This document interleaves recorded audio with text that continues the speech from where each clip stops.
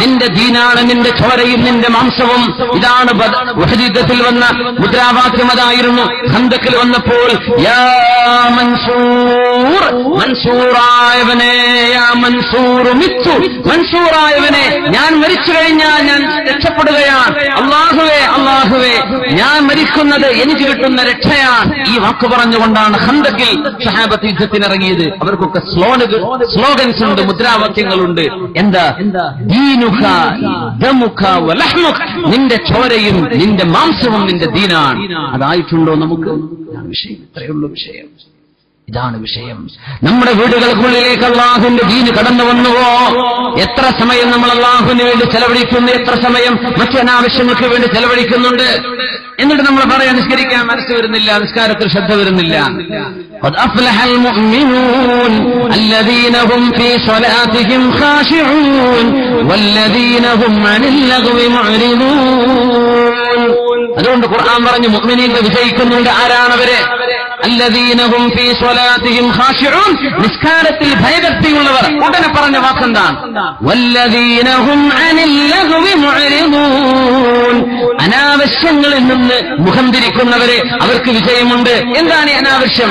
നമ്മുടെ സിനിമയും സീരിയലുകളും അനാവശ്യങ്ങൾ അല്ലെങ്കിൽ യാ തുറ, നീ പറഞ്ഞതാ ഏതാണ് പിന്നെ അനാവശ്യങ്ങൾ? ഏതാണ് അനാവശ്യം?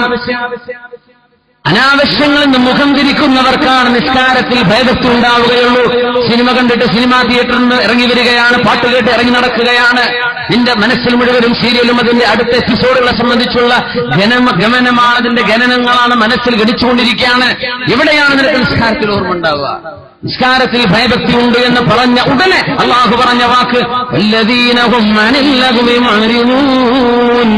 ഈ സിനിമകളും സീരിയലുകളും ഏർപ്പാടുകളും ഒക്കെ ഈ ഉമ്മത്ത് മാറ്റിവെക്കാതെ നിസ്കാരത്തിൽ അവർക്ക് അല്ലാഹുവിനെ സംബന്ധിച്ച് ഓർക്കാനും കഴിയില്ല.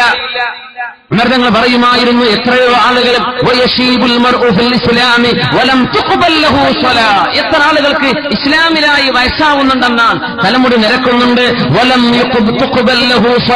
ഒരു നിസ്കാരം പോലും അല്ലാഹു സ്വീകരിച്ചിട്ടുണ്ടാവില്ല. നിസ്കാരം 5 നിസ്കരിച്ചിട്ടുണ്ട്, അല്ലാഹു സ്വീകരിച്ചിട്ടുണ്ടോ? ഉണ്ടാവില്ല. എന്റെ കാരണം ഒരു മനുഷ്യന്റെ നിസ്കാരത്തിലേക്ക് പ്രവേശിച്ചു കഴിഞ്ഞാൽ എത്രയാണോ നിങ്ങൾ അല്ലാഹുവിനെ സൃഷ്ടാവിനെ ഓർക്കുന്നത്, സൃഷ്ടാവിനെ സംബന്ധിച്ച് എത്രയാണോ നിങ്ങൾ ഓർക്കുന്നത്, ആ ഓർക്കുന്ന നേരത്തേക്ക് നിങ്ങളുടെ ആരാധനയ്ക്ക് നിങ്ങൾക്ക് പുണ്യമുള്ളൂ, നിങ്ങൾക്ക് എന്തുള്ളൂ? നിങ്ങൾക്ക് കൂലിയുള്ളൂ. അല്ലാഹുവിനെ പറ്റി എത്ര ഓർത്തു? നമ്മൾ കയ്യും കെട്ടി കോഴിക്കോട്ടങ്ങാടിയിലും മാവൂരും കണ്ണൂരും തലശ്ശേരിയൊക്കെ പോയി വരികയാണ്. സംസ്കാരത്തിൽ എന്തുണ്ട്? അല്ലാഹു അക്ബർ, അല്ലാഹു വലിയവനാണെന്ന് പറയുകയും ചെയ്യും. നമ്മൾ ഓർത്തിട്ടില്ല അല്ലാഹുവിനെ. ഈ രീതിയിലാണ് നമ്മുടെ വീടിന്റെ ചുറ്റുപാടുകൾ, നമ്മുടെ ചുറ്റുവശങ്ങൾ നമ്മുടെ ഖൽബിനെ പിടിച്ചു വലിച്ചുകൊണ്ടിരിക്കുകയാണ്.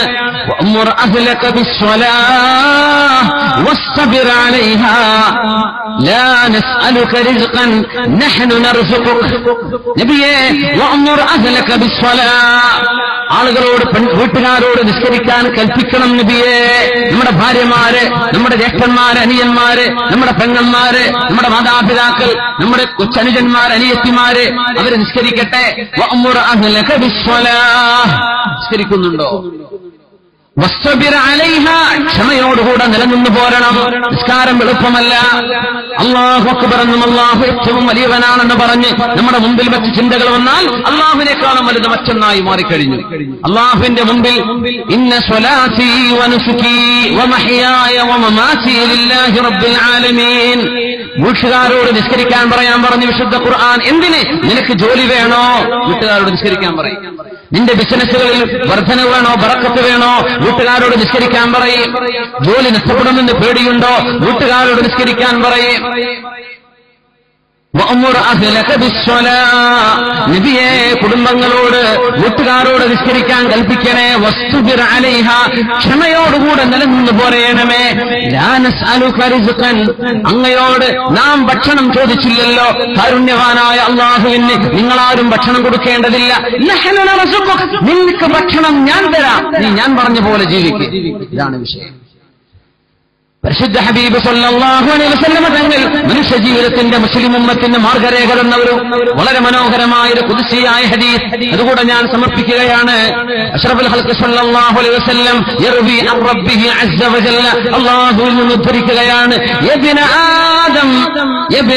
ആദം അലൈഹിസ്സലാം, നമ്മുടെ വാപ്പല്ലേ അലൈഹിസ്സലാം, യബ്ന ആദം عليه السلام خلقتك للعبادة فلا تلهو وقسمت لك رزقك فلا تتعب يا ابن آدم فإن أنت رضيت بما قسمته لك أرحت قلبك وبدنك وكنت عندي محمودا يا ابن آدم عليه السلام فإن لم ترض بما قسمته لك فوعزتي وجلالي لأسلطن عليك الدنيا تركض فيها ركض الوحوش في البرية ثم لا ينالك منها إلا ما قسمته له يا ابن آدم خلقت السماوات والأرض ولم أعي بخلقهن أفيعيني رغيف عيش أسوقه إلى فمك يا ابن آدم عليه السلام لا تسألني يا ابن آدم لم أنس رزق من لم يعبدني فأنسى رزق من عبدني يا ابن آدم لا تسألني رزق غد فإني لم أطالبك بعبادة غد പരിശുദ്ധ റസൂലുള്ളാഹി സ്വല്ലല്ലാഹു അലൈഹി വസല്ലം ഔ ബിമഅന അൽ ഹദീസ് നിബിധങ്ങൾ പഠിപ്പിക്കുന്ന വളരെ മനോഹരമായ ഖുദ്സിയായ ഹദീസ്. ആദമിന്റെ സന്തതിയെ മനുഷ്യ ഖലഖതുക ലിൽ ഇബാദ, നിന്നെ പടച്ചത് നിന്റെ രക്ഷിതാവിനെ നീ കണ്ടെത്താനാണ്. അതിനാണ് നമ്മളെ പടച്ചത്. നമ്മുടെ ലക്ഷ്യം അതാണ്. മുസ്ലിമിന്റെ ലക്ഷ്യം അതാണ്. വീടുണ്ടാക്കലോ കുട്ടികളെ കെട്ടിക്കലോ ഇത് നിന്റെ ലക്ഷ്യമല്ല, ജീവിത ലക്ഷ്യമല്ല. നിന്റെ ജീവിതത്തിന്റെ ഭാഗമായേക്കാം. ലക്ഷ്യം എന്താണ്? നമ്മളിപ്പോ എന്തിനാ നമ്മൾ ഭാഗം ജീവിക്കണം? എന്തിനാ? പെരണ്ടാക്കണം. പെരണ്ടാക്കിയാലോ കുട്ടികളെ കെട്ടിക്കണം. കുട്ടികളെ കെട്ടിച്ചാലോ ഒലുക്ക് കുട്ടികളായി. അപ്പൊ പിന്നെ ഒലുക്ക് ഇങ്ങനെ നമുക്ക് മരിക്കാൻ പോലും നേരമില്ല. നമ്മൾ ആകെ എന്റെ ജീവിതത്തിന്റെ പ്രധാന ലക്ഷ്യം എന്താണെന്ന് ചോദിച്ചാൽ എനിക്ക് വീടുണ്ടാക്കണം. അതല്ല എന്റെ ലക്ഷ്യം. എന്റെ റബ്ബിന് കുറെ ഇബാദത്ത് ചെയ്യണം. അതെവിടെയായാലും ജന്നതി ഫീ ഖൽബി, എന്റെ സ്വർഗ്ഗം എന്റെ ഹൃദയത്തിലാണ്. നമ്മൾ എവിടെ പോയാലും നമ്മുടെ വഖൽബി മഈ, ഏത് ചെറ്റക്കുടിൽ ജീവിച്ചാലും വാടക വീട്ടിൽ ജീവിച്ചാലും വീടില്ലെങ്കിലും ബസ് സ്റ്റാൻഡിൽ കിടന്നുറങ്ങിയാലും നമ്മുടെ ഖൽബ് നമ്മുടെ കൂടല്ലേ. ആ ഖൽബ് കൂടെ നമുക്ക് സ്വർഗ്ഗം ഉണ്ടാക്കാൻ പറ്റുന്നതാണ്. ആദം, ആദമിന്റെ സന്തതിയെ ഖലഖതുക ലിൽ ഇബാദ, നിന്നെ പടച്ചത് ഇബാദത്ത് ചെയ്യാനാ. എന്താ ഇബാദത്ത് എന്ന് പറഞ്ഞാൽ നിസ്കരിക്കൽ മാത്രമാണോ? നിസ്കാരം മാത്രമാണോ ഇബാദത്ത്? അല്ല, വേറെ എത്ര ഇബാദത്തുണ്ട്.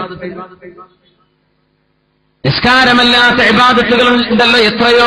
ഒരു മുഅ്മിനായ മനുഷ്യൻ വഇന്നീ ലഅഹ്തസിബു നൗമതി കമാ അഹ്തസിബു ഖൗമതി വഅഹ്തസിബു ശർബതി വഅക്ലതി. ഉലമാ അങ്ങനെ പറയാറുള്ളത്, എന്റെ ഉറക്കം കൊണ്ട് അല്ലാഹു കൂലി തരുമെന്ന് ഞാൻ പ്രതീക്ഷിക്കുന്നു. എങ്ങനെ? ഞാൻ ഉറങ്ങിയിട്ട് എഴുന്നേറ്റുള്ള നിസ്കാരമുണ്ടല്ലോ, ആ നിസ്കാരം കൊണ്ടും എനിക്ക് കൂലി ലഭിക്കുമെന്ന് പ്രതീക്ഷിക്കുന്ന പോലെ എന്റെ ഉറക്കത്തിനും അല്ലാഹു കൂലി തരുമെന്ന് ഞാൻ പ്രതീക്ഷിക്കുന്നു. ഞാൻ കുടിക്കുന്ന വെള്ളം, കഴിക്കുന്ന ഭക്ഷണം, ഇതിനൊക്കെ അല്ലാഹു എനിക്ക് കൂലി തരുമെന്ന് ഞാൻ പ്രതീക്ഷിക്കുന്നു.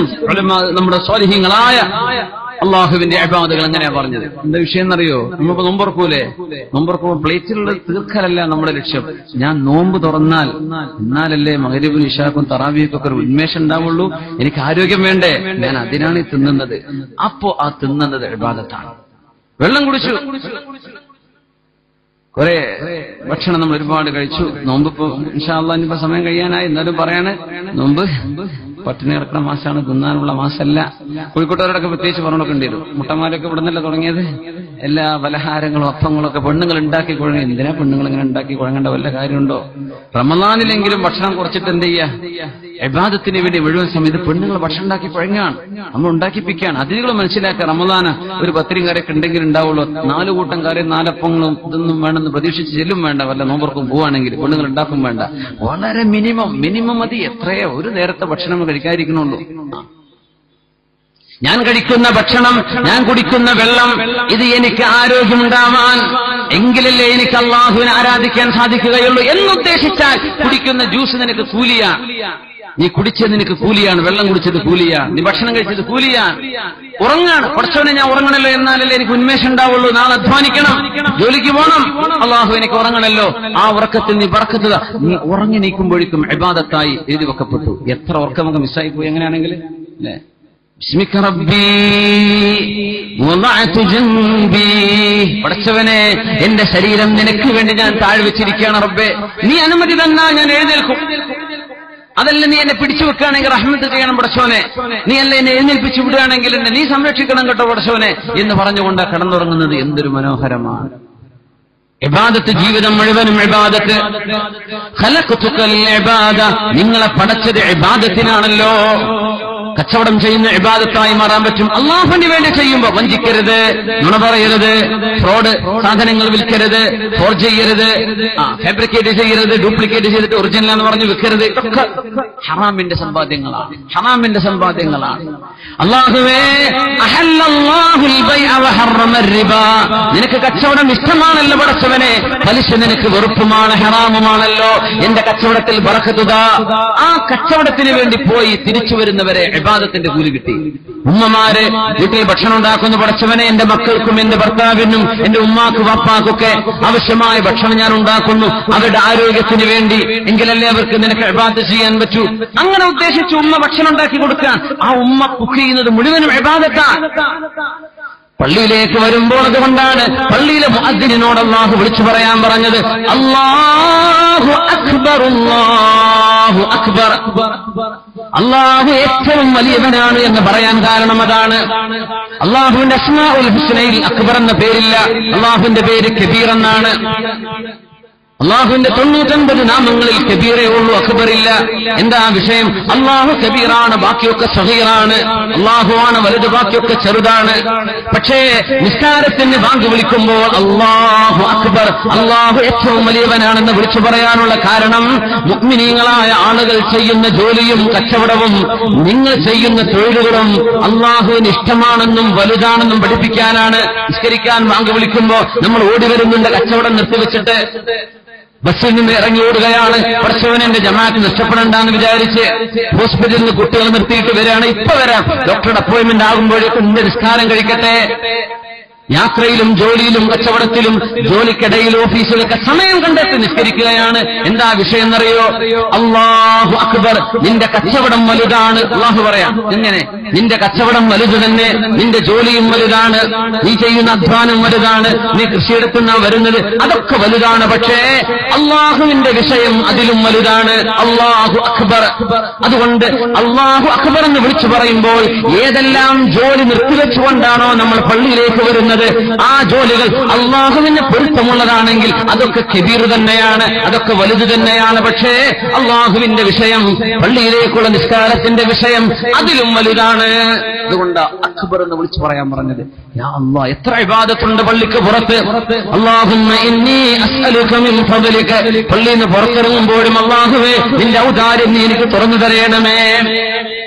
അല്ലാഹുമ്മ ഇഫ്തഹ് ലി അബ്വാബ റഹ്മതിക, നിന്റെ റഹ്മത്തിന്റെ വാതിലേക്ക് തുറന്നു തരയണമേ. അകത്ത് കടക്കുമ്പോ പുറത്തിറങ്ങുമ്പോ നിന്റെ ഔദാര്യം തരയണമേ. അതിനർത്ഥം എന്താ? പള്ളിക്ക് പുറത്തും ഔദാര്യമുണ്ട്. ഫഇദാ ഖുദിയത്തിസ് സ്വലാത്തു ഫന്തശിറൂ ഫിൽ അർദ് വബ്തഗൂ മിൻ ഫദ്ലില്ലാഹ്. അല്ലാഹുവിന്റെ ഔദാര്യം എമ്പാടുമുണ്ട്. നമ്മൾ പഠിക്കാൻ പോകുന്നത്, ജോലിക്ക് പോകുന്നത്, വാഹനം ഓടിക്കുന്നത് എല്ലാം കൂലിയാണ്. ഖലഖതുകൽ ഇബാദ, നിന്റെ വാഹനം നീ ഓടിക്കുന്നത് എനിക്ക് വേണ്ടി, അത് കറങ്ങിത്തിരിഞ്ഞ് ചുറ്റിക്കറങ്ങി നടക്കാനല്ല, മറ്റു അള്ളാഹു ഹറാമാക്കിയ ബന്ധങ്ങൾക്ക് ഉപയോഗിക്കുവാനല്ല, മേന്മ നടിച്ചു നടക്കുവാനുമല്ല, അഹങ്കരിക്കാനുമല്ല, നിന്റെ വാഹനം കാണിച്ചു കൊടുത്ത് അഹങ്കരിക്കാനുമല്ല. നീ എനിക്ക് വേണ്ടി നിന്റെ ദീനിൽ സഹായിക്കുന്ന വിഷയങ്ങൾക്ക് വേണ്ടി നീ ഉപയോഗിക്കുന്നു. അതിൽ തബഖ്തുറില്ല, ഖുയല ഇല്ല, കിബ്റില്ല, ഉജ്ബില്ല, റിയാ ഇല്ല, എങ്കിൽ അള്ളാഹുവിനത് പൊരുത്തമാണ്. ഖലഖതുകൽ ഇബാദ, നിന്നെ പടച്ചത് എന്നെ അറിഞ്ഞു ജീവിക്കുവാനാ. എന്തൊരു മനോഹരമായ ഹദീസ്. ഫലാ തൽഹു, അതുകൊണ്ട് നീ കളിച്ചു തീർക്കല്ല, ജീവിതം കളിച്ചു തീർക്കരുത്. തുച്ഛമായ 60 or 70 വർഷം ജീവിക്കാനുള്ള ഒരു ചെറിയ കാലത്ത് ലോകം കഴിഞ്ഞ ഇവിടുന്ന് പോയേ പറ്റൂ, തെലങ്കാനയിലേക്ക് കൊടുത്തേ പറ്റൂ. പോയേ പറ്റൂ. അങ്ങനത്തെ ഒരു ലോകത്താണ് വന്നത്. ഫലാ തൽഹു, നീ എന്ത് ചെയ്യരുത്, കളിച്ച് സമയം കളയരുത്, കളിച്ച് സമയം തീർക്കല്ല. എന്റെ ചെറുപ്പക്കാരോട് പറയട്ടെ, കളിക്കാൻ വേണ്ടി ജീവിക്കുന്ന ആളുകളുണ്ട്.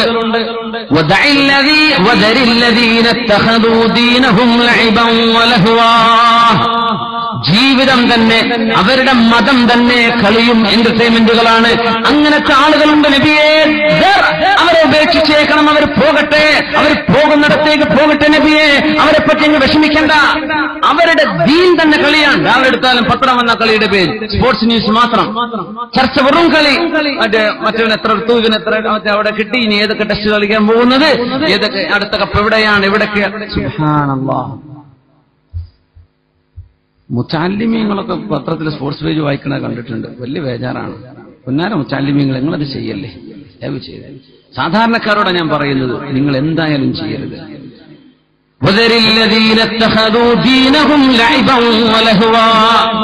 ജീവിതം തന്നെ, മതം തന്നെ കളിയാക്കി വെച്ചവര്, അത് തന്നെ കളിയാണ്. അങ്ങനത്തെ ഒരു ലോകത്താണ് നമ്മൾ മാറിയത്. കളി ഭയങ്കര സീരിയസ് ആണ്. സീരിയസ് വിഷയങ്ങളൊക്കെ തമാശയും. അതാണ് വിഷയം. കളിയുടെ ഒക്കെ നിയമങ്ങൾ കണ്ട എന്താ UN നിയമം പോലെ ഒരു കളിയിലെ നിയമം. ഒരു ഫൗൾ ചെയ്താലൊക്കെ എന്തൊക്കെ നിയമങ്ങൾ കേൾക്കുന്ന കളിയാണത്. കളിന്റെ നിയമം ഭയങ്കര കാര്യമാണ്. അതാ വിഷയം. കാര്യം ഫുള്ള് കളിയും.